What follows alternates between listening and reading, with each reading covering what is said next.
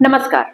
आज बात करते हैं थिन एंडोमेट्रियम की, यानी बच्चेदानी की अंदर की परत पतली ही रह जाती है, अंडों के साथ साथ उसकी थिकनेस बढ़ती नहीं और जिससे बच्चा नहीं टिक पाता।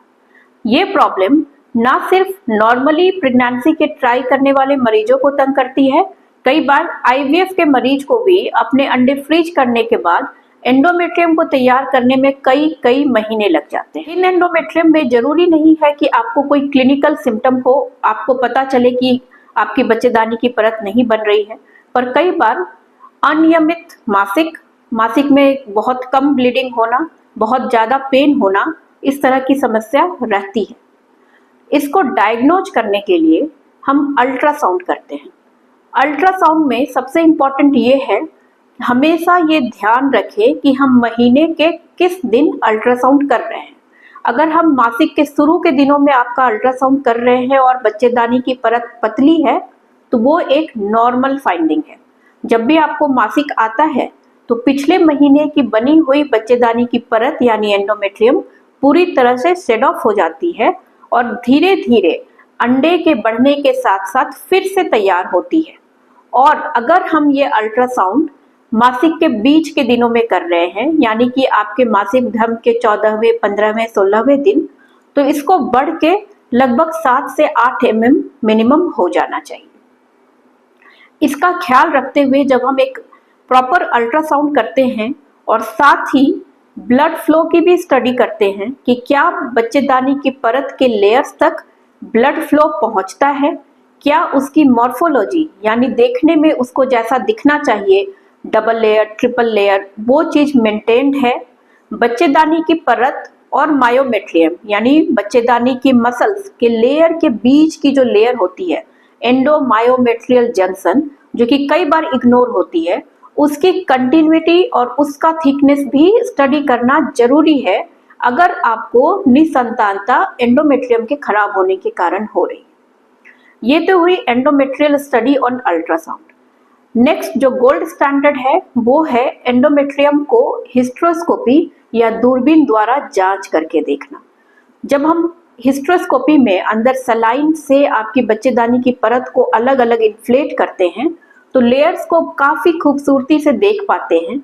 उसमें कोई ग्रोथ तो नहीं है, किसी तरह के एडहेशंस या साइनेकी, कोई और पॉलिप या कुछ इन्फेक्शन के साइंस जैसे एक्सेसिव ब्लड फ्लो, हाइपरेमिया, ऐसा तो नहीं कुछ दिख रहा।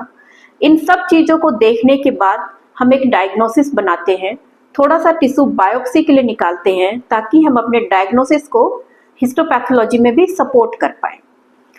अल्ट्रासाउंड और हिस्ट्रोस्कोपी हमें एक अच्छा डायग्नोसिस देता है कि हमारी प्रॉब्लम कहाँ लाई करती है। साथ ही हार्मोनल स्टडीज भी इम्पॉर्टेंट है ताकि पता चले कि एस्ट्रोजन की कमी से, प्रोलैक्टिन के बढ़ने से, थायराइड के ऑल्ट्रेशन से, ऐसे कारणों से तो आपको ये समस्या नहीं हो रही है। तो शरीर में ऐसे क्या कारण होते हैं जिससे आपको थिन एंडोमेट्रियम की समस्या हो सकती है? सबसे पहला, एज मैटर करता है। एजिंग के साथ साथ अंडों की क्वालिटी प्रॉपर नहीं रहती, एस्ट्रोजन सिक्रेशन नहीं होता, इसलिए बच्चेदानी की परत भी बढ़िया नहीं बन पाती है। दूसरा, और भारत में विशेषतः, इन्फेक्शन का कारण, पेल्विक इन्फेक्शन हो रहा है क्लाइमीडिया जैसे कीटाणुओं से, साथ में टीबी भी बहुत कॉमन है जिसमें एज सच पेशेंट को कोई और सिम्टम नहीं होता, लेकिन एंडोमेट्रियल बायोप्सी में जब हम देखते हैं तो हमें पता चलता है कि जेनाइटल ट्यूबरकुलोसिस रहा है। तीसरा कारण, ब्लड सप्लाई किसी तरह से अवरुद्ध हो चुका है उस जगह का, जो कि अगर आपका वजन अधिक है, आपको डायबिटीज है, आपने बहुत दिनों तक ओसी पिल्स खाई है, या फिर आपको अगर स्मोकिंग की या अल्कोहल इंटेक की हैबिट है तो भी ऐसा हो सकता है। अगला कारण, वहाँ कुछ ट्रॉमा हुआ है, जैसे डीएनसी हुई हो, कुछ एबॉर्शंस हुए हो, कोई और गांठ रही हो जैसे फिब्रॉइड या पॉलिप जिसको निकाला गया हो, तो इस ट्रॉमा के बाद वहाँ एडहेशंस यानी चिपकाहट बन सकती है, ब्लड फ्लो इंटरप्ट हो सकता है और प्रॉपर एंडोमेट्रियम नहीं बन पाता। की बात कर ली तो अब समाधान पे चलते हैं। एंडोमेट्रियम के ग्रोथ के लिए जरूरी है एस्ट्रोजन। फर्स्ट ट्रीटमेंट यही होता है कि स्पेसिफिक डे ऑफ साइकिल से एस्ट्रोजन पेशेंट को दिया जाता है। साथ ही ब्लड फ्लो बढ़ाने के लिए कुछ मेडिसिन, कुछ पाउडर्स, ये सब भी दिए जाते हैं।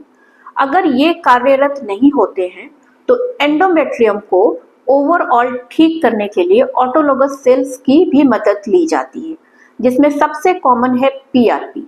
बहुत ही सस्ता, बहुत ही इजीली अवेलेबल तरीका, बिल्कुल ही सेफ, और इससे कई बार हम प्रेगनेंसी पा लेते हैं। अपने करियर में इतने सारे ऐसे पेशेंट्स देखे हैं जो हर तरह का इलाज करा के बैठे थे और सिंपल पीआरपी और जीसीएसएफ के इंजेक्शंस ने उनको उनका ड्रीम फैमिली दे दिया है।